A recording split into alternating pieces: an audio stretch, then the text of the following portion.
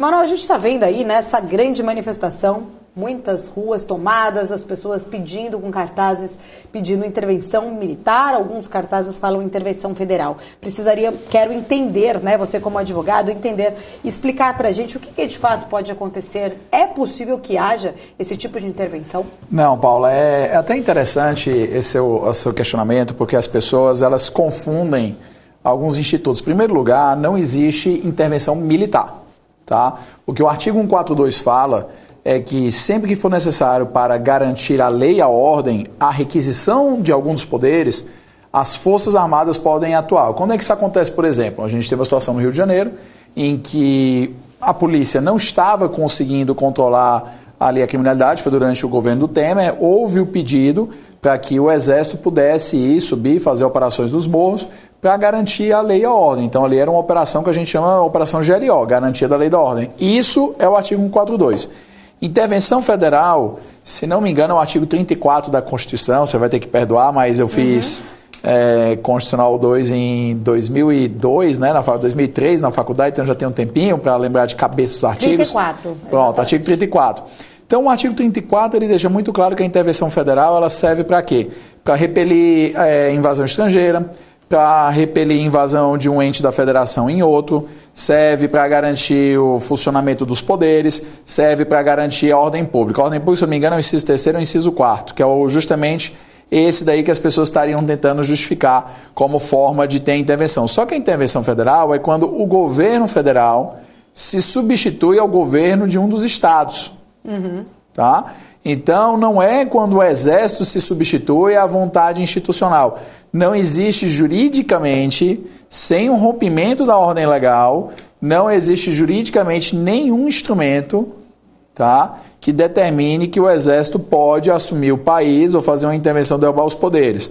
Então, às vezes as pessoas, elas, nos últimos anos se difundiu uma interpretação equivocada do artigo 142, de que em situações para garantir a lei e a ordem o Exército poderia vir. Então, ainda mais que essas manifestações dessas pessoas são ordeiras, e mesmo que fossem manifestações bagunçadas, com guerra civil, destruição, quebra-quebra, queimando as coisas, fato é que você ainda assim teria que o Exército simplesmente restabeleceria a ordem, e não que o Exército tomaria o poder. Agora, é óbvio, né, Paulo, que o que acontece é o seguinte, às vezes as pessoas elas não conseguem fazer uma diferença muito clara. O Luiz Inácio Lula da Silva, ele é inocente para fins legais, só que existe um componente moral, que é o que faz essas pessoas irem protestar, que é a sensação que elas têm de indignação, não do fato do Bolsonaro ter perdido a eleição. Se você reparar, eu não ouvi nenhuma vez como pauta do protesto que o Bolsonaro deveria ser reeleito, mas a pauta do protesto das pessoas é a inadmissibilidade de que o Lula, diante dos fatos acontecidos, independentemente da presunção legal de inocência, porque afinal de contas não se devolve dinheiro se não tiver acontecido alguma coisa, né?